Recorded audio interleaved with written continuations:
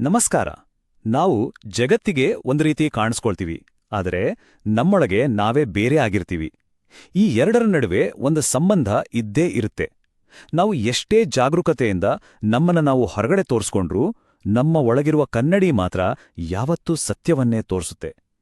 ಹಾಗಾದ್ರೆ ಆ ಒಳಗಿನ ಧ್ವನಿಯನ್ನ ಕೇಳಿಸ್ಕೊಳ್ಳೋದು ಹೇಗೆ, ಅದರ ಜೊತೆ ಹೊಂದಿಕೊಂಡು ಬದುಕೋದು ಹೇಗೆ? ಬನ್ನಿ, ಇವತ್ತಿನ ಈ ವಿಶ್ಲೇಷಣೆಯಲ್ಲಿ ಇದರ ಬಗ್ಗೆ ಮಾತಾಡೋಣ. ಎಷ್ಟು ಸತ್ಯ ಅಲ್ವಾ ಈ ಮಾತು? ಇವತ್ತಿನ ನಮ್ಮ ಡಿಜಿಟಲ್ ಜಗತ್ತಿಗೆ ಇದು ಸರಿಯಾಗಿ ಹೊಂದುತ್ತೆ. ನಾವು ಜಗತ್ತಿಗೆ ತೋರಿಸಿಕೊಳ್ಳುವ ಮುಖಕ್ಕೂ ನಮ್ಮ ಆತ್ಮಸಾಕ್ಷಿಗೂ ಇರುವ ಅಂತರವನ್ನ ಇದು ಸ್ಪಷ್ಟವಾಗಿ ಹೇಳುತ್ತೆ.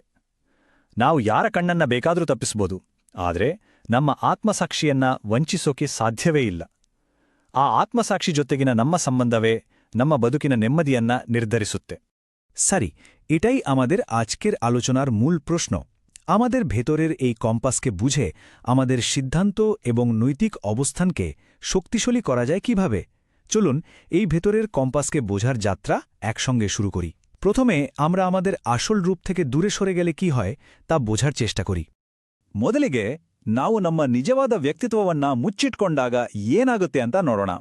ಇದು ಬರೀ ಬೇರೆಯವರ ದೃಷ್ಟಿಯಲ್ಲಿ ಕೆಟ್ಟವರಾಗೋದಲ್ಲ, ಬದಲಿಗೆ ನಮ್ಮೊಳಗೆ ನಾವೇ ಅನುಭವಿಸುವ ಒಂದು ರೀತಿಯ ಸಂಘರ್ಷದ ಬಗ್ಗೆ. ನೋಡಿ, ಈ ಆತ್ಮವಂಚನೆಯ ಪಯಣ ಇದೆಯಲ್ಲ, ಇದು ಸಾಮಾನ್ಯವಾಗಿ ಶುರುವಾಗೋದೇ ಬೇರೆಯವರಿಗೋಸ್ಕರ ಒಂದು ಮುಖವಾಡ ಹಾಕೊಳ್ಳೋದ್ರಿಂದ. ಜನ ನಮ್ಮನ್ನ ತಿರಸ್ಕರಿಸ್ತಾರೆ ಅನ್ನೋ ಭಯ ಅಥವಾ ಅವರಿಂದ ಮೆಚ್ಚುಗೆ ಗಳಿಸ್ಬೇಕು ಅನ್ನೋ ಆಸೆ ನಮ್ಮನ್ನ ನಮ್ಮ ನಿಜ ಸ್ವರೂಪದಿಂದ ದೂರ ಮಾಡುತ್ತೆ. ಮನಸ್ಸಿಲ್ದಿದ್ರೂ ಒಪ್ಕೊಳ್ಳೋದು, ಸುಳ್ಳು ಹೇಳೋದು, ಹೀಗೆ ಮಾಡ್ತಾ ನಿಧಾನವಾಗಿ ನಮ್ಮೊಳಗಿನ ನಿಜಾಯಿತಿ ಸವಿಯುತ್ತಾ ಹೋಗುತ್ತೆ. ಇದು ಗೋಡೆಯಲ್ಲಿ ಕಾಣಿಸ್ಕೊಳ್ಳುವ ಒಂದು ಸಣ್ಣ ಬಿರುಕಿನ ಹಾಗೆ ಕಾಲಕ್ರಮೇಣ ಇಡೀ ಗೋಡೆಯನ್ನೇ ಬೀಳಿಸ್ಬಿಡ್ಬೋದು. ಅನೇಕರು ಅನ್ಕೋತಾರೆ ನಾವು ಮಾಡೋ ತಪ್ಪಿಗೆ ಸಿಕ್ಕಾಕೊಳ್ಳೋದೇ ದೊಡ್ಡ ಶಿಕ್ಷೆ ಅಂತ. ಆದರೆ ನಿಜವಾದ ನಷ್ಟ ಅದಲ್ಲ, ಅದು ಕೇವಲ ಹೊರಗಿನ ಪರಿಣಾಮ. ಅತಿದೊಡ್ಡ ಮತ್ತು ಹೆಚ್ಚು ಹಾನಿಕಾರಕ ಬೆಲೆಯನ್ನ ನಾವು ತಿರೋದು ನಮ್ಮೊಳಗೆ. ಅದೇ ನಮ್ಮ ಆತ್ಮಗೌರವ ಮತ್ತು ಮನಃಶಾಂತಿಯ ನಷ್ಟ. ನಮ್ಮ ಕೆಲ್ಸಗಳು ನಮ್ಮ ಮೌಲ್ಯಗಳಿಂದ ದೂರ ಸರದಾಗ ನಮ್ಮ ನರವ್ಯೂಹಕ್ಕೆ ಅದು ಗೊತ್ತಾಗುತ್ತೆ.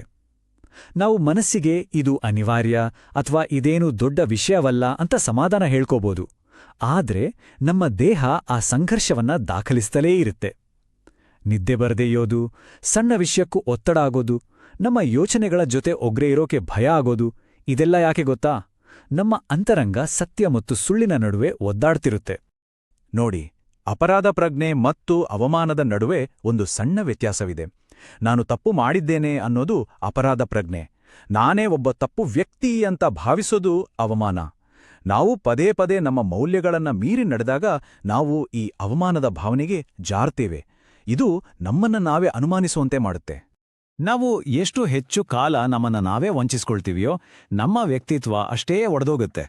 ಆಫೀಸಲ್ಲಿ ಒಂದು ರೀತಿ, ಮನೆಯಲ್ಲಿ ಇನ್ನೊಂದು ರೀತಿ, ಸ್ನೇಹಿತರ ಜೊತೆ ಮತ್ತೊಂದು ರೀತಿ, ಹೀಗೆ ಬೇರೆ ಬೇರೆ ಮುಖವಾಡಗಳನ್ನು ಸೃಷ್ಟಿಸ್ಕೊಳ್ತೇವೆ. ಈ ಗೊಂದಲದಲ್ಲಿ ನಮ್ಮ ಮೂಲ ಸ್ವರೂಪ ಯಾವುದು ಅಂತ ನಮಗೆ ಮರ್ತೋಗುತ್ತೆ. ಕೊನೆಗೇನಾಗತ್ತೆ ಅಂದ್ರೆ ಕನ್ನಡಿಯಲ್ಲಿ ಕಾಣೋ ವ್ಯಕ್ತಿ ಯಾರು ಅಂತ ನಮಗೆ ಅನುಮಾನ ಶುರುವಾಗತ್ತೆ. ಹಾಗಾದ್ರೆ ಇದಕ್ಕೆಲ್ಲ ಪರಿಹಾರ ಏನು? ಉತ್ತರ ನಮ್ಮಲ್ಲೇ ಇದೆ, ನಮ್ಮ ಆತ್ಮಸಾಕ್ಷಿಯಲ್ಲೇ ಇದೆ. ಅದು ಬರೀ ನಮ್ಮನ್ನ ಟೀಕಿಸೋ ಧ್ವನಿಯಲ್ಲ, ಬದಲಿಗೆ ಸರಿಯಾದ ದಾರಿಯಲ್ಲಿ ನಮ್ಮನ್ನ ನಡೆಸೋ ಒಂದು ಮಾರ್ಗದರ್ಶಿ. ಅದನ್ನ ಕೇಳಿಸ್ಕೊಳ್ಳೋದನ್ನ ಕಲಿಯೋದು ಹೇಗೆ ಅಂತ ನೋಡೋಣ. ಸಮಸ್ಯೆಯ ಮೂಲ ನಮ್ಮ ನೈತಿಕ ದೌರ್ಬಲ್ಯ ಅಲ್ಲ, ಬದಲಿಗೆ ಆತ್ಮಾವಲೋಕನದ ಕೊರತೆ. ನಾವು ನಾನು ಸಿಕ್ಕಿಬೀಳುತ್ತೇನಾ ಅಂತ ಕೇಳೋದನ್ನ ಬಿಟ್ಟು ನಾನು ಮಾಡ್ತಿರೋದು ಸರಿನಾ ಅಂತ ಕೇಳೋಕೆ ಶುರು ಮಾಡಿದಾಗ ನಮ್ಮ ಇಡೀ ದೃಷ್ಟಿಕೋನವೇ ಬದಲಾಗುತ್ತೆ. ಇದು ನಮ್ಮ ಪ್ರಾಮಾಣಿಕತೆಯನ್ನ ಪರೀಕ್ಷೆ ಮಾಡ್ಕೊಳ್ಳೋಕ್ಕೆ ಇರೋ 3 ಶಕ್ತಿಶಾಲಿ ಪರೀಕ್ಷೆಗಳಲ್ಲಿ ಮೊದಲನೆಯದು. ಈ ಪ್ರಶ್ನೆ ನಾವು ಮಾಡೋ ಕೆಲಸಗಳನ್ನ ಪಾರದರ್ಶಕವಾಗಿ ನೋಡೋಕ್ಕೆ ಸಹಾಯ ಮಾಡುತ್ತೆ.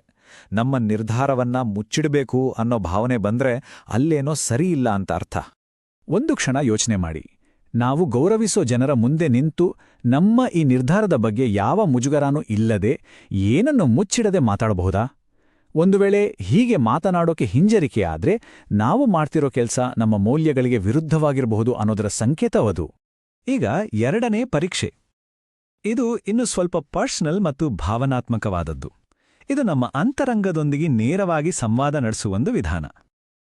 ಇದು ತರ್ಕಕ್ಕಿಂತ ಹೆಚ್ಚಾಗಿ ನಮ್ಮ ಭಾವನೆಗಳಿಗೆ ಸಂಬಂಧಿಸಿದ್ದು. ಇದು ತುಂಬಾ ಸರಳ, ಆದರೆ ಅಷ್ಟೇ ಶಕ್ತಿಯುತವಾದ ಪರೀಕ್ಷೆ. ಯಾಕಂದ್ರೆ ನಮ್ಮ ಕಣ್ಣುಗಳು ಸುಳ್ಳು ಹೇಳಲ್ಲ. ಕನ್ನಡಿಯಲ್ಲಿ ನಮ್ಮನ್ನವು ನೋಡ್ಕೊಂಡಾಗ ಆಗೋ ಭಾವನೆ ಇದೆಯಲ್ಲ, ಅದು ನಮ್ಮ ಆತ್ಮಸಾಕ್ಷಿಯ ಸ್ಪಷ್ಟ ಪ್ರತಿಬಿಂಬ. ಮೂರನೇ ಮತ್ತು ಕೊನೆಯ ಪರೀಕ್ಷೆ. ಇದು ನಮ್ಮ ದೀರ್ಘಾವಧಿಯ ಯೋಚನೆಯನ್ನು ಕೆದಕುತ್ತೆ. ನಮ್ಮ ಇವತ್ತಿನ ಸಣ್ಣಪುಟ್ಟ ಕೆಲಸಗಳನ್ನ ನಮ್ಮ ಜೀವನದ ದೊಡ್ಡ ಕಥೆಯೊಂದಿಗೆ ಇದು ಸಂಪರ್ಕಿಸುತ್ತೆ. ಈ ಪರೀಕ್ಷೆ ನಮ್ಮನ್ನ ತಾತ್ಕಾಲಿಕ ಲಾಭಗಳ ಬಗ್ಗೆ ಯೋಚಿಸೋದಕ್ಕಿಂತ ಹೆಚ್ಚಾಗಿ ನಮ್ಮ ಚಾರಿತ್ರ ಮತ್ತು ಶಾಶ್ವತ ಮೌಲ್ಯಗಳ ಮೇಲೆ ಗಮನ ಹರಿಸುವಂತೆ ಪ್ರೋತ್ಸಾಹಿಸುತ್ತೆ. ಅಂದ್ರೆ ಇವತ್ತು ನಾ ಮಾಡೋ ಒಂದು ಸಣ್ಣ ಕೆಲಸ ಕೂಡ ನಮ್ಮ ಜೀವನ ಅನ್ನೋ ದೊಡ್ಡ ಕಥೆಯ ಒಂದು ಭಾಗ ಆಗಿರುತ್ತೆ. ನಾವು ಯಾವ ರೀತಿಯ ಕಥೆಯನ್ನ ಬರೀತಿದ್ದೀವಿ ಅನ್ನೋ ಅರಿವೂ ಬೇಕು ಅಲ್ವಾ? ಸರಿ, ಇದೆಲ್ಲ ಅರ್ಥ ಆಯ್ತು. ಆದ್ರೆ ಇದನ್ನ ನಮ್ಮ ಜೀವನದಲ್ಲಿ ಒಂದು ಅಭ್ಯಾಸವನ್ನಾಗಿ ಮಾಡ್ಕೊಳ್ಳೋದು ಹೇಗೆ? ಬನ್ನಿ ಈಗ ಅದರ ಬಗ್ಗೆ ಗಮನ ಹರಿಸೋಣ. ನೋಡಿ, ಹೆಮ್ಮೆ ಅನ್ನೋದ್ರಲ್ಲಿ 2 ರೀತಿ ಇದೆ. ಒಂದು ಅಹಂಕಾರದಿಂದ ಬರೋದು, ಇನ್ನೊಂದು ನಮ್ಮ ಆತ್ಮಸಾಕ್ಷಿಗೆ ತಕ್ಕಂತೆ ನಡೆದಾಗ ಬರೋದು. ಮೊದಲನೇದು ಬೇರೆಯವರ ಮೆಚ್ಚುಗೆಗಾಗಿ ಕಾಯ್ತಾ ಇತ್ತೆ. ಆದ್ರೆ ಎರಡನೇದು ಯಾರೂ ನೋಡಿಲ್ಲ ಅಂದಾಗ್ಲೂ ಸರಿ ದಾರಿಯಲ್ಲಿ ನಡೆಯುವುದರಿಂದ ಸಿಗುವ ಆಳವಾದ ತೃಪ್ತಿ. ಅದೇ ನಿಜವಾದ ಅಧಿಕೃತ ಹೆಮ್ಮೆ. ಹಾಗಾದ್ರೆ ಈ ಆತ್ಮಜವಾಬ್ದಾರಿಯನ್ನ ಬಲಪಡಿಸೋಕೆ ಇಲ್ಲಿದೆ 3 ಸರಳ ಅಭ್ಯಾಸಗಳು. ಮೊದಲನೇದು, ಪ್ರತಿದಿನ ನಮ್ಮ ಯೋಚನೆಗಳನ್ನ ಮತ್ತು ಮೌಲ್ಯಗಳನ್ನ ಒಂದು ಪುಸ್ತಕದಲ್ಲಿ ಬರೆಯೋದು. ಎರಡನೇದು, ವಾರಕ್ಕೊಮ್ಮೆ ನಾವು ತೆಗೆದುಕೊಂಡ ನಿರ್ಧಾರಗಳನ್ನ ಒಮ್ಮೆ ತಿರುಗಿ ನೋಡೋದು. ಮತ್ತು ಮೂರನೇದು, ನಮ್ಮ ಈ ಪಯಣದಲ್ಲಿ ಜೊತೆಗಿರೋ ನಮ್ಮ ಮೌಲ್ಯಗಳನ್ನ ಗೌರವಿಸೋ ಒಬ್ಬ ಗೆಳೆಯ ಅಥವಾ ಸಂಗಾತಿಯನ್ನ ಇಟ್ಕೊಳ್ಳೋದು. ಸರಿ, ನಾವು ಈಗ ಈ ಚರ್ಚೆಯ ಕೊನೆಯ ಹಂತಕ್ಕೆ ಬಂದಿದ್ದೇವೆ. ಇದೆಲ್ಲವನ್ನು ಒಟ್ಟು ಸೇರಿಸಿ ನೋಡಿದಾಗ ನಾವು ನಮ್ಮನ್ನ ನಾವೇ ಮೆಚ್ಚಿಕೊಳ್ಳುವಂತಹ ವ್ಯಕ್ತಿಯಾಗೋದು ಹೇಗೆ? ಒಂದು ವಿಷಯ ನೆನ್ಪಿಡ್ಬೇಕು, ಸಮಗ್ರತೆ ಅಂದ್ರೆ ಯಾವತ್ತೂ ತಪ್ಪೇ ಮಾಡ್ದಿರೋದು ಅಂತಲ್ಲ. ತಪ್ಪುಗಳು ಸಹಜ. ಆದ್ರೆ ತಪ್ಪು ಮಾಡಿದಾಗ ಅದನ್ನ ಒಪ್ಪುಕೊಂಡು ಅದರಿಂದ ಪಾಠ ಕಲಿತು ಮತ್ತೆ ಸರಿಪಡಿಸ್ಕೊಳ್ಳೋ ಧೈರ್ಯ ಇದೆಯಲ್ಲ, ಅದೇ ನಿಜವಾದ ಸಮಗ್ರತೆ.